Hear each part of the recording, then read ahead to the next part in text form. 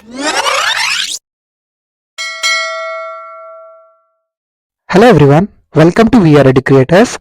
మనం ఇటీవల తెలంగాణలో జరిగినటువంటి గ్రూప్ 2 ఎగ్జామ్కి సంబంధించి పాలిటీ క్వశ్చన్స్ ఏవైతే వచ్చాయో వాటిని డిస్కస్ చేశాము. ఈ వీడియోలో మనం గ్రూప్ 3లో వచ్చినటువంటి పాలిటీ క్వశ్చన్స్ను నేర్చుకునే ప్రయత్నం చేద్దాము.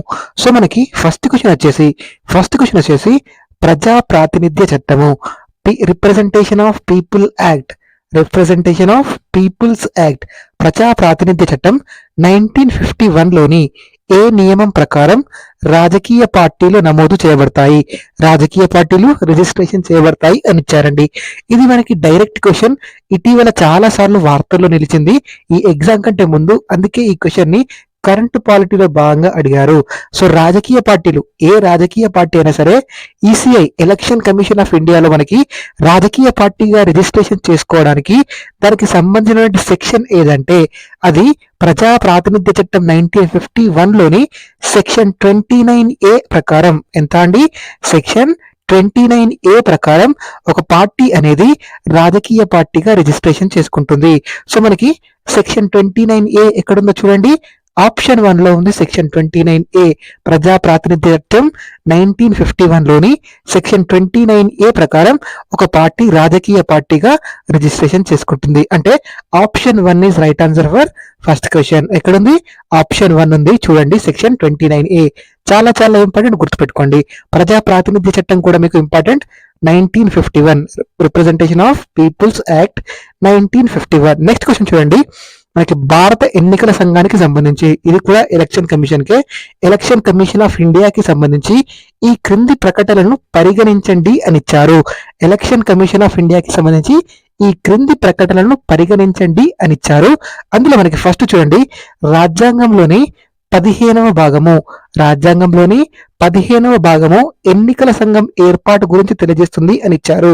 నేను ఇది మీకు ఆల్రెడీ చెప్పాను. ఎన్నికల సంఘం రాజ్యాంగబద్ధ సంస్థలు చెప్పేటప్పుడు నీట్ గా చెప్పాను, ఏ భాగంలో ఉందో చెప్పాను, ఆర్టికల్స్ ఎక్కడి నుండి ఎక్కడి వరకు కూడా చెప్పాను. మన భారత రాజ్యాంగంలో ఎన్నికల సంఘం గురించి ఎక్కడ ఉంటుందండి? 15వ భాగంలో ఉంటుంది. ఇది అబ్సల్యూట్లీ రైట్ స్టేట్మెంట్, ఏ సరి అయినదే. సెకండ్ చూడండి, ప్రజా ప్రాతినిధ్య చట్టం 1996 ద్వారా దీనిని బహుళ సభ్యుల సంఘంగా మార్చారు అని ఇచ్చారు. ఇది కరెక్టేనా అండి? ఇది మనకి రాంగ్ స్టేట్మెంట్ అండి. ఏంటండి? ఇది మనకి రాంగ్ స్టేట్మెంట్. ఇది మనకి ప్రజా ప్రాతినిధ్య చట్టాన్ని సవరించి కాదండి, election commission of India act 1989 సవరించి. ఏంటండి? ప్రజా ప్రాతినిధ్య చట్టాన్ని సవరించి కాదు, election commission of India act 1989 సవరించి మనకి దీనిని బహుళ సభ్యుల సంస్థగా మార్చారు. ఎప్పుడండి? Election commission of India act 1989 సవరించి మార్చారు. కాబట్టి బి స్టేట్మెంట్ అనేది రాంగ్ అండి. ఒకసారి సి స్టేట్మెంట్ చూడండి, ఒక సుప్రీంకోర్టు న్యాయమూర్తి తొలగింపు విధానం మాదిరిగానే ప్రధాన ఎన్నికల కమిషనర్ను తొలగిస్తారు. ఇది కరెక్టేనండి? ఇది అబ్సల్యూట్లీ కరెక్ట్ స్టేట్మెంట్ అండి. సుప్రీంకోర్టు న్యాయమూర్తిని ఎలాగైతే తొలగిస్తారో అదే మాదిరిగా ప్రధాన ఎన్నికల కమిషనర్ను తొలగించవచ్చండి. కానీ కమిషనర్లు ఉంటారు కదా, వారిని మాత్రం ఇలా తొలగించరు. కమిషనర్లను ప్రధాన ఎన్నికల కమిషనర్ తొలగించిన విధంగా కాకుండా కేవలం అతని సూచనల మేరకు రాష్ట్రపతి గారు తొలగించడం జరుగుతుంది. కానీ ప్రధాన ఎన్నికల కమిషనర్ ని మాత్రం సుప్రీంకోర్టు న్యాయమూర్తులను ఎలాగైతే తొలగిస్తారో ఆ విధంగా తొలగించడం జరుగుతుంది. చాలా చాలా ఇంపార్టెంట్, గుర్తుపెట్టుకోండి. రాబోయే ఎగ్జామ్ లో కూడా అడగడానికి అవకాశం ఉంది. అంటే మనకు ఏ స్టేట్మెంట్ కరెక్ట్, అదే విధంగా C statement correct. A, C మాత్రమే సరైంది. ఎక్కడ ఉందండి A, C మాత్రమే సరైంది? ఒకసారి చెక్ చేయండి. ఆప్షన్ 3లో ఉంది చూడండి, A, C మాత్రమే అని, A and C ఓన్లీ అని. So option 3 is right answer for this question. Next question చూడండి, భారత సుప్రీంకోర్టుకు సంబంధించి ఈ క్రింది ప్రకరణలను పరిగణించండి అని ఇచ్చారు. భారత సుప్రీంకోర్టుకు సంబంధించి ఈ క్రింది ప్రకరణలను పరిగణించండి అని ఇచ్చారు. వాటిలో ఏవి సరి అయినవి? విచ్ ఆర్ 2 స్టేట్మెంట్స్ అన్నారు. సరి అయినవా సరికానదో చూసుకోండి, చాలా చాలా ఇంపార్టెంట్. ఇక్కడ కన్ఫ్యూజ్ అయిపోతారు. ఫస్ట్ స్టేట్మెంట్ చూడండి, అంతర్రాష్ట్ర వివాదాలు, కేంద్ర రాష్ట్రాల మధ్య వివాదాలు సుప్రీంకోర్టు యొక్క ప్రాథమిక విచారణ పరిధిలోనికి వస్తాయి అని ఇచ్చారు. ఇది కరెక్ట్ స్టేట్మెంట్ అండి. మీరు సుప్రీంకోర్టు చాప్టర్ కనుక చదివినట్లయితే, మన క్లాసెస్ లో ఆల్రెడీ చెప్పాను మీకు, అంతర్రాష్ట్ర వివాదాలు అదే విధంగా కేంద్ర రాష్ట్ర వివాదాలు సుప్రీంకోర్టు యొక్క ప్రాథమిక విచారణ పరిధిలోనికి వస్తాయి, ఒరిజినల్ జ్యూరిడిక్షన్ లోనికి వస్తాయి. కాబట్టి మనకు ఏ స్టేట్మెంట్ అనేది కరెక్ట్ అండి. A statement is right. B statement చూడండి, మనకి బి స్టేట్మెంట్ ఏమిచ్చారు, అసలు అధికార పరిధి. ఒరిజినల్ జ్యూరిస్డిక్షన్ అంటే ఇతర కోర్టుల్లో ఆరంభమయ్యే కేసులు వివాదాలను సూచిస్తుంది. ఇదేమన్నా సంబంధం ఉందా అండి? ఇది అబ్సల్యూట్లీ రాంగ్ స్టేట్మెంట్ అండి. అసలు ఒరిజినల్ జ్యూరిస్డిక్షన్ అంటేనే ఫస్ట్ సుప్రీంకోర్టులో మాత్రమే పరిష్కరించుకోవాలి అలాంటి సమస్యలను. ఇక్కడ ఏమిచ్చారు, రివర్స్ ఇచ్చారు. అధికార పరిధి, అసలు అధికార పరిధి ఒరిజినల్ జ్యూరిస్డిక్షన్ అంటే ఇతర కోర్టుల్లో ఆరంభమయ్యే కేసులు వివాదాలను సూచిస్తుంది అని ఇచ్చారు. ఇతర కోర్టుల్లో కాదండి, ఇది మనకి సుప్రీంకోర్టులో మాత్రమే పరిష్కరించుకోవాల్సినవి. అదే సుప్రీంకోర్టు యొక్క ప్రారంభ పరిధిలోనికి వస్తుంది, దాన్నే ఒరిజినల్ జ్యూరిస్డిక్షన్ అంటారు. అంటే మనకు బి స్టేట్మెంట్ అనేది రాంగ్ అండి. ఏ మాత్రమే సరి అయింది. ఎక్కడుందండి ఏ మాత్రమే? ఆప్షన్ 1 లో ఉంది చూడండి. Option 1 is right answer for this question. Next question చూద్దామా అండి? నెక్స్ట్ క్వశ్చన్ చూడండి, మనకి జిల్లా కోర్టు న్యాయమూర్తుల నియామకానికి సంబంధించి, జిల్లా కోర్టు న్యాయమూర్తుల నియామకానికి సంబంధించి ఈ క్రింది ప్రకరణలను పరిగణించండి అని ఇచ్చారు. ఇందులో ఫస్ట్ స్టేట్మెంట్ చూడండి, ఇవి సరి అయినవి ఏది అన్నారు, విచ్ ఆర్ ట్రూ స్టేట్మెంట్స్ అన్నారు. ఫస్ట్ స్టేట్మెంట్ చూడండి, రాష్ట్ర గవర్నర్ హైకోర్టును సంప్రదించి వీరిని నియమిస్తారు అని ఇచ్చారు. ఏంటండి, రాష్ట్ర గవర్నర్ హైకోర్టును సంప్రదించి వీరిని నియమిస్తారు అని ఇచ్చారు. నేను ఆల్రెడీ మీకు జిల్లా కోర్టు న్యాయమూర్తుల నియామకానికి సంబంధించి చెప్పాను, మీరు చూస్తే ఈజీగా పెట్టేస్తారు ఈ క్వశ్చన్. ఫస్ట్ స్టేట్మెంట్ కరెక్టేనా అండి? అబ్సల్యూట్లీ కరెక్ట్ అండి. ఎవరు నియమిస్తారండి? రాష్ట్ర గవర్నర్ గారు నియమిస్తారు. గవర్నర్ గారు నియమించే ముందు హైకోర్టును సంప్రదించి నియమించాల్సి ఉంటుంది. ఏ స్టేట్మెంట్ అనేది మనకు కరెక్టేనండి. మనం బి స్టేట్మెంట్ చూద్దామండి. ఒక వ్యక్తి జిల్లా కోర్టు న్యాయమూర్తిగా నియమించబడడానికి 7 సంవత్సరాలకు తక్కువ కాకుండా అడ్వకేట్ గా, న్యాయవాదిగా అనుభవం ఉండాలి అని ఇచ్చారండి. ఏంటండి, ఒక వ్యక్తి జిల్లా కోర్టు న్యాయమూర్తిగా నియమించబడడానికి 7 సంవత్సరాలకు తక్కువ కాకుండా, మినిమం 7 సంవత్సరాలు తక్కువ కాకుండా అడ్వకేట్, న్యాయవాదిగా అనుభవం ఉండాలి అని ఇచ్చారు. ఈ స్టేట్మెంట్ కరెక్టేనా అండి? ఇది మనకు అబ్సల్యూట్లీ కరెక్ట్ స్టేట్మెంట్ అండి. చాలా చాలా ఇంపార్టెంట్. ఈ పాయింట్స్ అన్ని మీరు గుర్తుపెట్టుకోండి. సో మీకు ఈ క్వశ్చన్స్ అడిగే విధానం అర్థమవుతుంది, క్వశ్చన్స్ ఎలా అడుగుతున్నారు ఎగ్జామ్ లో అర్థమవుతుంది. అదే విధంగా మీరు క్వశ్చన్స్ గా గమనించినట్లయితే ఏది కూడా 1 లైన్ క్వశ్చన్ లేదండి. సింపుల్ గా ఒక లైన్ లో అయిపోయే క్వశ్చన్స్ లేవు. ఒక్క క్వశ్చన్ లో మనకి 4-5 స్టేట్మెంట్స్ అడుగుతున్నారంటే 4-5 క్వశ్చన్స్ కవర్ అవుతున్నాయి. ఒక్క క్వశ్చన్ లోనే మనకు 4-5 క్వశ్చన్లు కవర్ అవుతున్నాయి. కాబట్టి నెక్స్ట్ టైం కూడా మనకి ఎగ్జామ్ లో ఈ స్టేట్మెంట్స్ లో నుండి ఏదో ఒకటి క్వశ్చన్ రూపంలో అడగవచ్చు. సో క్వశ్చన్స్ అడిగే విధానం మారుతుందేమో కానీ సబ్జెక్ట్ మాత్రం మారదండి. అందుకే మీరు సబ్జెక్ట్ నేర్చుకోవడానికి ట్రై చేయండి. క్వశ్చన్ ఎలా అడిగినా పెడతారు. ఇది చాలా చాలా యూజ్ అవుతుందండి. క్వశ్చన్స్ నెగ్లెక్ట్ చేయకుండా నేర్చుకునే ప్రయత్నం చేయండి. ఫస్ట్ మీరు సబ్జెక్ట్ చదివి ఆ తర్వాత క్వశ్చన్స్ ప్రాక్టీస్ చేయండి. చాలా వరకు హెల్ప్ అవుతుంది మీకు, అండ్ ఎక్కువ కాలం కూడా గుర్తుంటుంది. ఈ పిట్స్ అన్ని చాలా చాలా ఇంపార్టెంట్ అండి, గుర్తుపెట్టుకోండి. ఈ క్వశ్చన్ లో మనకి 2 స్టేట్మెంట్స్ కూడా కరెక్టేనండి. గవర్నర్ గారు హైకోర్టును సంప్రదించి నియమిస్తారు, అదేవిధంగా 7 సంవత్సరాల పాటు అడ్వకేట్ గా పనిచేయాలి. 2 కూడా సరి అయినవి కాబట్టి A, B 2 సరి అయినవి. ఎక్కడుందండి, మనకు ఆప్షన్ 3 లో ఉంది చూడండి. Option 3 is right answer for this question. ఏంటండి, option 3 is right answer for this question. ఇప్పుడు మనం నెక్స్ట్ క్వశ్చన్ చూద్దాం. చూడండి, నెక్స్ట్ క్వశ్చన్ వచ్చేసి మనకి ఇవి రిట్స్ కి సంబంధించి ఇచ్చారండి. చూడండి, ఒకటే క్వశ్చన్ రిట్స్, అందులో 4 ఇచ్చారు. మనకి ఇందులో నుంచి రిపీటెడ్ గా నెక్స్ట్ ఎగ్జామ్ లో కూడా అడగవచ్చు. మీరు ఏ ఎగ్జామ్ అయినా తీసుకోండి. ఇంతకుముందు గ్రూప్ 2 లో కూడా ఈ రిట్స్ గురించి రావడం జరిగింది. గ్రూప్ 3 లో వచ్చింది, గ్రూప్ 2 లో వచ్చింది, గ్రూప్ 1 ప్రిలిమ్స్ లో కూడా వచ్చాయి రిట్స్ గురించి. మనకి రిపీటెడ్ గా అడుగుతున్నారు, కానీ క్వశ్చన్స్ అడిగే విధానం మారుతుంది. అందుకే మీరు సబ్జెక్ట్ పర్ఫెక్ట్ గా నేర్చుకోండి. సబ్జెక్ట్ పర్ఫెక్ట్ గా నేర్చుకుంటే క్వశ్చన్ ఎలా అడిగినా పెడతారు. ఇందులో చూడండి, మనకి ఫస్ట్ చూడండి, సరైన జతను గుర్తించమన్నారు. రైట్ పేరు ఏదో కనుక్కోమన్నారు. ఫస్ట్ ఏమి ఇచ్చారు చూడండి, సెరిషియరీ అని ఇచ్చారు. సెరిషియరీకి ఏమి ఇచ్చారంటే ఎగువ కోర్టు నుండి దిగువ కోర్టుకు ఇచ్చేది అని ఇచ్చారు. సెరిషియరీ అంటే ఏంటండి, సెరిషియరీ మనకి టు బి ట్రాన్స్ఫర్. ఏంటి, టు బి ట్రాన్స్ఫర్, ఎగువ కోర్టు నుండి దిగువ కోర్టులకు ఇచ్చేది. ఇది కరెక్టేనండి, ఇది మనకి కరెక్టే ఉంది. సెకండ్ కూడా చూడండి, కోవారెంటో. కోవారెంటో అంటే ఏ అధికారం చేత అని, ఏ అధికారం చేత అని. ఇక్కడ ఏమిచ్చారు, ఏ అధికారం ద్వారా అని ఇచ్చారు. కోవారెంటో కూడా కరెక్టే ఉంది. సరైన చేత గుర్తించమన్నారు. ఫస్ట్ కరెక్టే ఉంది, సెకండ్ కరెక్టే ఉంది. ప్రొహిబిషన్ చూడండి, ప్రొహిబిషన్ అంటే పాలనా ఏజెన్సీలకు వ్యతిరేకంగా ఇవ్వబడుతుంది అని ఇచ్చారు. ప్రొహిబిషన్ అంటే నిలుపుదల అని అర్థం. ఏంటంటే మన కింది కోర్టులు తమ అధికార పరిధిని దాటి వ్యవహరించినప్పుడు పై కోర్టులు వీటికి ఆదేశాలు జారీ చేస్తాయి. దాన్ని ప్రొహిబిషన్, నిలుపుదల అంటారు. ఇది తప్పండి. హెబియస్ కార్పస్ అంటే చట్ట విరుద్ధమైన చర్యలకు పాల్పడకుండా ఉండేందుకు. హెబియస్ కార్పస్ అంటే బందీ ప్రత్యక్ష అని, ఒక వ్యక్తిని 24 గంటల లోపు తమ ముందు ప్రత్యక్ష పరచాలని ఈ రిట్ ను జారీ చేస్తారండి. అంటే ఇది కూడా రాంగ్ అండి. మనకి 2 రైట్ ఉన్నాయి. ఇందులో సెరిషియరీ కరెక్టే ఉంది, కోవారంటో కరెక్టే ఉంది. సో రిట్లు ఎవరు జారీ చేస్తారు? సుప్రీంకోర్టు జారీ చేస్తుంది, అదేవిధంగా హైకోర్టు జారీ చేస్తుంది. సుప్రీంకోర్టుకు సంబంధించి రిట్లకు సంబంధించిన అధికారం ఆర్టికల్ 32, అదే హైకోర్టుకు సంబంధించి ఆర్టికల్ 226, ఆర్టికల్ 226 ఉంది. ఇందులో మనకి సెరిష్యూరీ కరెక్టే ఉంది, కోవారెంట్ కరెక్ట్ ఉంది. అంటే 1 కానీ 2 కానీ ఏది పెట్టినా రైటే అండి. అందుకే మనకి కీలో కూడా 88 చూడండి, కీలో కూడా మనకి 1 or 2 అని ఇచ్చారు. ఫస్ట్ది కరెక్టే, అదేవిధంగా సెకండ్ది కరెక్టే. రిట్లు మీరు బాగా నేర్చుకోండి, చాలా చాలా యూజ్ అవుతుంది. ఎగ్జామ్లో రిపీటెడ్గా అడుగుతున్నారు, ప్రతి ఎగ్జామ్లో వస్తుంది ఈ రిట్ల గురించి. డెఫినెట్గా రిట్స్ మీద ఫోకస్ చేయండి. భారత ఉన్నత న్యాయస్థానం సుప్రీంకోర్టుకు సంబంధించి ఈ క్రింది ప్రకరణలను పరిగణించండి అని ఇచ్చారు. ఇందులో సరైనవి ఏవి అని అడిగారు. చూడండి 4 స్టేట్మెంట్లు ఇచ్చారు, ఇందులో ఏవి సరి అయినవి అని అడిగారు. ఫస్ట్ స్టేట్మెంట్ చూడండి, మనకి ఫస్ట్ స్టేట్మెంట్ వచ్చేసి ఇది భారత రాజ్యాంగంలోని అన్ని అంశాల విషయంలో ఒక ప్రత్యేకమైన చివరి వివరణకర్తగా ఇచ్చారు.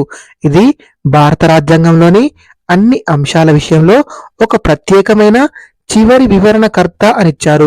మన భారతదేశంలో అత్యున్నత న్యాయస్థానం ఏంటండి? సుప్రీంకోర్టు. చాలా చాలా ఇంపార్టెంట్. అంటే ఈ స్టేట్మెంట్ మనకి కరెక్టేనండి, ఏ స్టేట్మెంట్ కరెక్టే. సెకండ్ చూడండి, అదే విధంగా రాజ్యాంగంలో పొందుపరిచినటువంటి ఆదర్శాలను వాస్తవ రూపం దాల్చేట్లు చేయడం దీని యొక్క ప్రధాన విధి. ఎస్, అబ్సల్యూట్లీ రైట్ అండి. సెకండ్ స్టేట్మెంట్ కూడా మనకి కరెక్టే. థర్డ్ స్టేట్మెంట్ చూడండి, రాజ్యాంగ ప్రవేశికను మాత్రం తనకు తానే మార్చే అధికారం దీనికి కలదు అని ఇచ్చారు. ఇది కరెక్టేనండి. ఇది రాంగ్ స్టేట్మెంట్ అండి, సి స్టేట్మెంట్ అనేది రాంగ్. డి చూడండి, ఆదేశిక సూత్రాల అమలుకు సంబంధించి కూడా దీని విధి విస్తరించబడింది అని ఇచ్చారు. ఇది కూడా మనకి కరెక్టేనండి. అంటే ఏబిడి 3 కరెక్టే. ఎక్కడుందండి? ఆప్షన్ 4 లో ఉంచండి. Option 4 is right answer for this question. Option 4 is right answer for this question.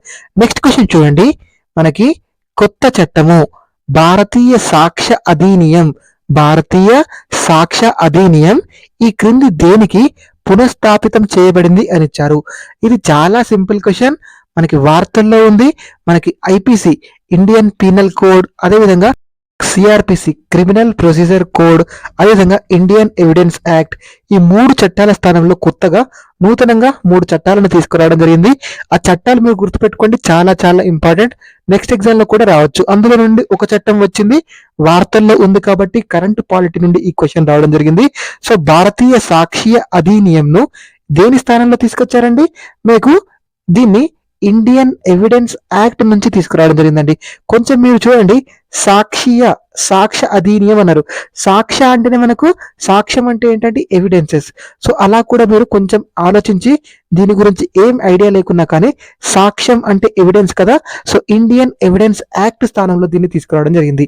ఎక్కడుందండి ఇండియన్ ఎవిడెన్స్ యాక్ట్? మనకి the Indian evidence act 4th option లో ఉంది. చూడండి, మనకి 4th option is right answer for this question.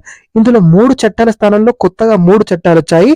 So భారతీయ న్యాయ సంహిత 1, భారతీయ సాక్ష్య అధినియం 1, భారతీయ నాగరిక సురక్ష సంహిత 1, ఈ 3 చట్టాలు వచ్చాయి. వీటి గురించి నేర్చుకోండి, చాలా చాలా ఇంపార్టెంట్. రాబోయే ఎగ్జామ్ లో అడగడానికి అవకాశం ఉంది.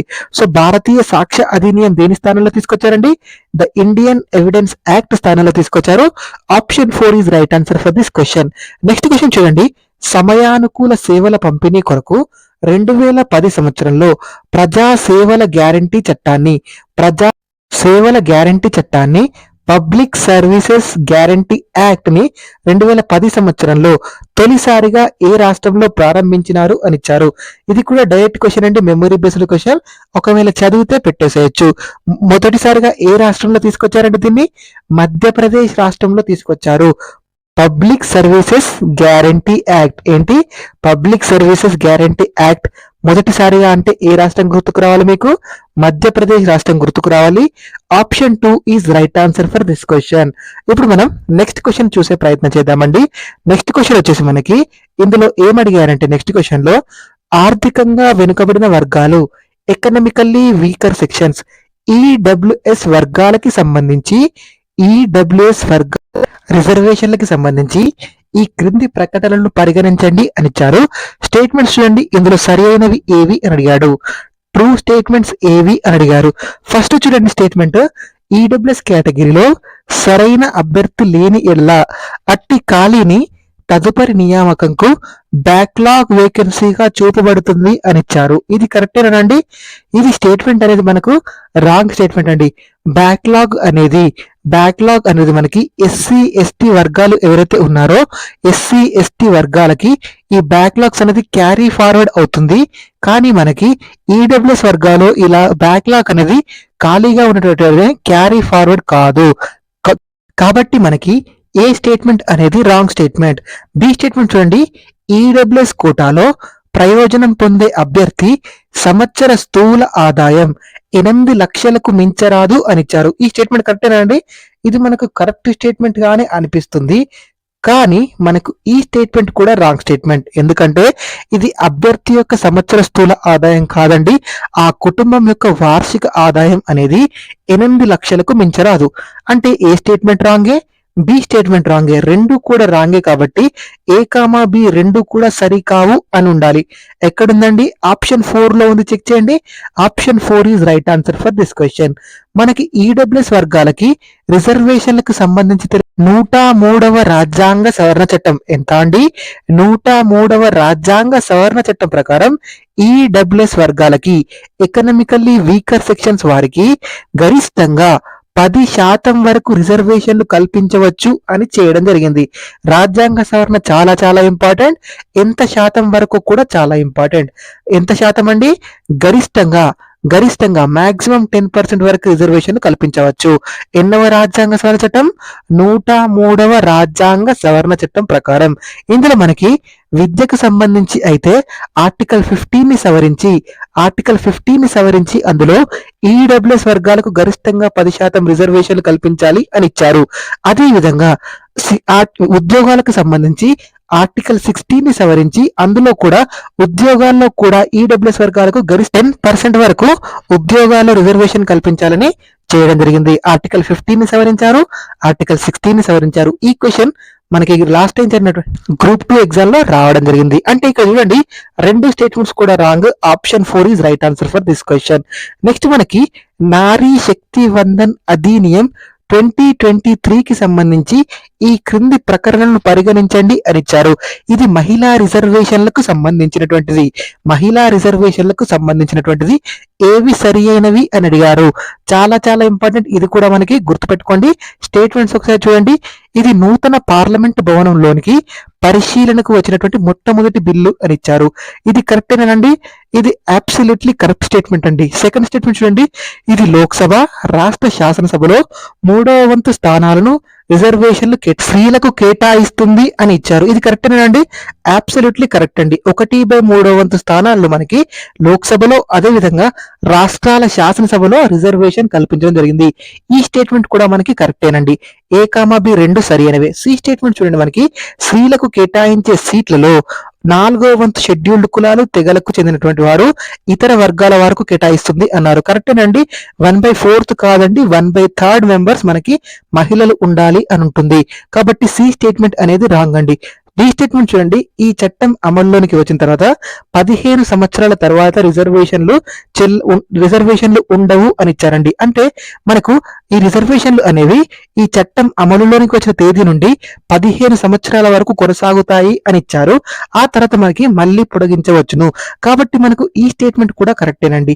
ఏ సరి అయినదే, బి సరి అయినదే, డి సరి అయినదే. ఏ కామా బి కామా డీలు సరి అయింది. ఎక్కడుందండి ఆప్షన్ చూడండి. ఆప్షన్ 3 లో ఉంది, చూడండి ఒకసారి. Option 3 is right answer for this question. A comma B comma D మాత్రమే సరి అయింది.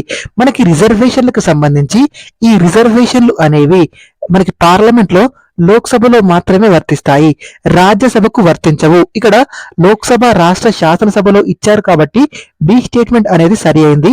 ఒకవేళ ఇందులో పార్లమెంట్ ఉభయ సభల్లో అని ఇస్తే ఈ స్టేట్మెంట్ రాంగ్ అయ్యేది. గుర్తుపెట్టుకోండి, రిజర్వేషన్లు అనేవి రాజ్యసభకు వర్తించవు. చాలా చాలా ఇంపార్టెంట్, గుర్తుపెట్టుకోండి. రిజర్వేషన్లు రాజ్యసభకు వర్తించవు. నెక్స్ట్ క్వశ్చన్ చూడండి, ఈ క్రింది వ్యాఖ్యల్లో ఏది ఒప్పు అని ఇచ్చారు. ఈ క్రింది వ్యాఖ్యల్లో ఏది ఒప్పు అని ఇచ్చారు. Which are the true statements అని అడిగారు. 4 స్టేట్మెంట్స్ చూద్దాం ఒకసారి. రాజ్యాంగంలో షెడ్యూల్డ్ కులాలు మరియు షెడ్యూల్డ్ తెగలు అనే పదానికి నిర్వచనం లేదు అని ఇచ్చారు. ఎస్సీలు షెడ్యూల్డ్ క్యాస్ట్, ఎస్టీలు షెడ్యూల్డ్ ట్రైబ్స్ అనే పదానికి నిర్వచనం లేదు అని ఇచ్చారు. మన భారత రాజ్యాంగంలో ఉందా అండి నిర్వచనం?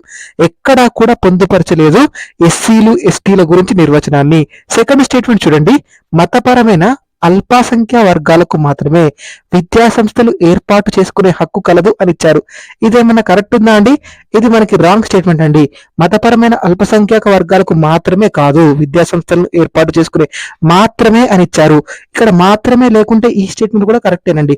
మాత్రమే అని ఉంది కాబట్టి ఈ స్టేట్మెంట్ రాంగ్. నెక్స్ట్ మనకి అల్పసంఖ్యాక వర్గాల సంస్థలకి రాష్ట్రం గ్రాంట్ల నుండి మినహాయింపు ఉంది అని ఇచ్చారు.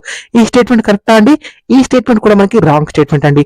నెక్స్ట్ చూడండి. ఆయా రాష్ట్రాల గవర్నర్లకు వాటి రాష్ట్రాలతో షెడ్యూల్డ్ కులాలు షెడ్యూల్డ్ తెగలను గుర్తించే అధికారం ఉంది అని ఇచ్చారు. ఇది కరెక్టా అండి?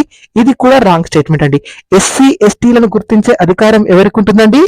భారత రాష్ట్రపతికి మాత్రమే ఉంటుంది, గవర్నర్ కి ఉండదు. కాబట్టి మనకి ఈ 4 స్టేట్మెంట్స్ లో కూడా సరి అయిన స్టేట్మెంట్ ఏంటండి? ఫస్ట్ స్టేట్మెంట్ మాత్రమే సరి అయింది. రాజ్యాంగంలో ఎస్సీలు ఎస్టీలు అనే పదానికి అర్థం లేదు. కాబట్టి first option is right answer for this question. First option is right answer for this question. గుర్తుపెట్టుకోండి, చాలా చాలా ఇంపార్టెంట్. అందరూ అనుకుంటారు ఎస్సీ ఎస్టీలు రాజ్యాంగంలో ఉన్నాయి అని, కానీ ఎస్సీ ఎస్టీల గురించి నిర్వచనం మాత్రం మన భారత రాజ్యాంగంలో లేదు. ఎస్సీ ఎస్టీ అనే పదాలు ఉపయోగించినప్పటికీ వాటిని నిర్వచించలేదు మన భారత రాజ్యాంగంలో. గుర్తుపెట్టుకోండి, చాలా చాలా ఇంపార్టెంట్. రాబోయే ఎగ్జామ్ లో కూడా అడగడానికి అవకాశం ఉంది. సో నెక్స్ట్ క్వశ్చన్ చూడండి.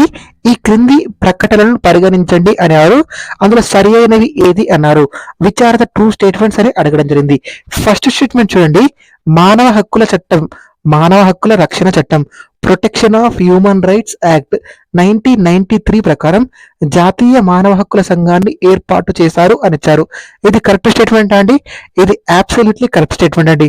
మనకి protection of human rights act, మానవ హక్కుల రక్షణ చట్టం 1993 ప్రకారం మన భారతదేశంలో జాతీయ మానవ హక్కుల సంఘాన్ని ఏర్పాటు చేశారు. ఇది రైట్ అండి. సెకండ్ స్టేట్మెంట్ చూడండి. ఐక్యరాజ్య సమితి భద్రతా మండలి తీర్మానం మేరకు జాతీయ మానవ హక్కుల సంఘం ఏర్పాటు చేయబడింది అని ఇచ్చారు. ఇది కరెక్టేనా అండి? ఇది మనకి కరెక్ట్ అనే అనిపిస్తుంది, కానీ ఇందులో ఒక చిన్న మిస్టేక్ ఉంది. అదేంటంటే ఐక్యరాజ్య సమితి యొక్క భద్రతా మండలి కాదు, ఐక్యరాజ్య సమితి యొక్క జనరల్ అసెంబ్లీ.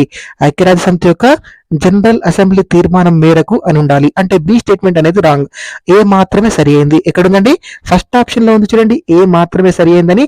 ఈ క్వశ్చన్ కి ఆన్సర్ వచ్చేసి ఏ మాత్రమే సరి అయింది. నెక్స్ట్ చూడండి.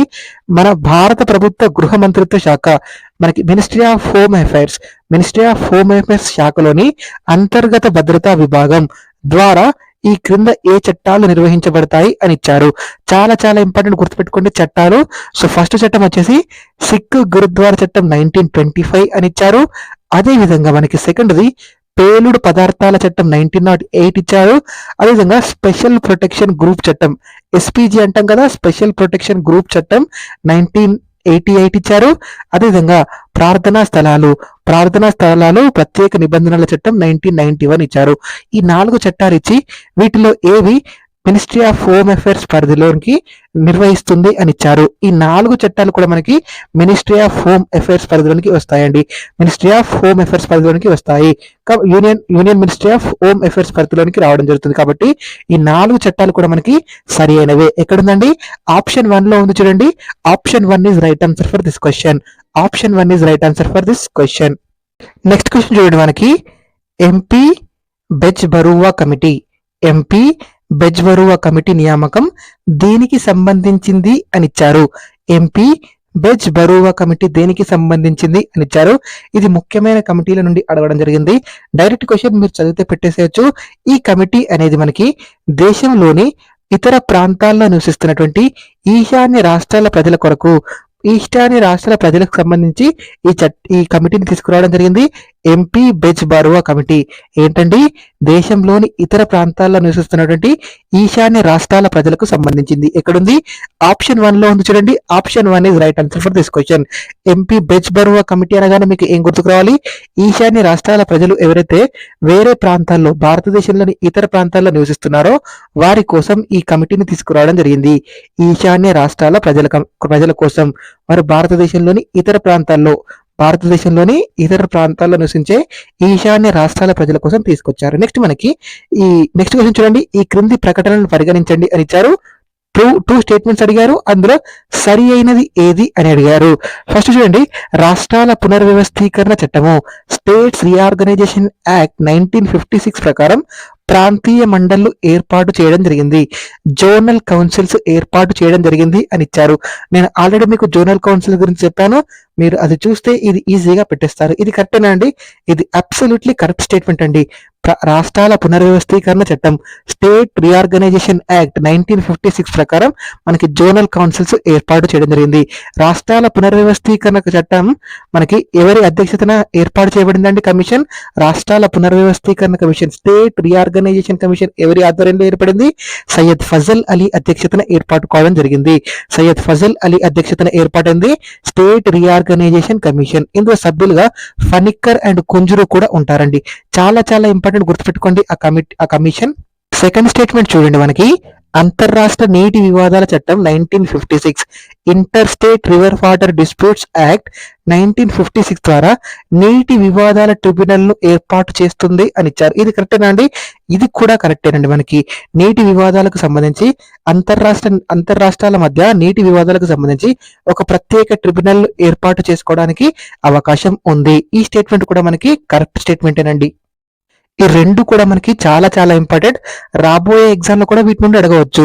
రాష్ట్రాల పునర్వ్యవస్థీకరణ చట్టం 1956 ప్రకారం ప్రాంతీయ మండళ్లు ఏర్పాటు చేయడం జరిగింది. అదేవిధంగా అంతర్రాష్ట్ర నీటి వివాదాల చట్టం inter state river water disputes act 1956 ప్రకారం మనకి ప్రత్యేకంగా నీటి వివాదాల ట్రిబ్యునల్ ఏర్పాటు చేసుకోవచ్చు. ఈ రెండు కూడా కరెక్టే.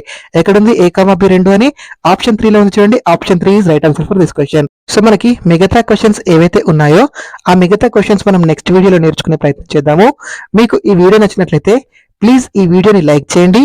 ఈ వీడియోని మీ ఫ్రెండ్స్ ఎవరైతే ఉంటారో మీ ఫ్రెండ్స్ కి షేర్ చేసే ప్రయత్నం చేయండి. Thank you so much for watching. Please subscribe to VR educators. Thank you everyone.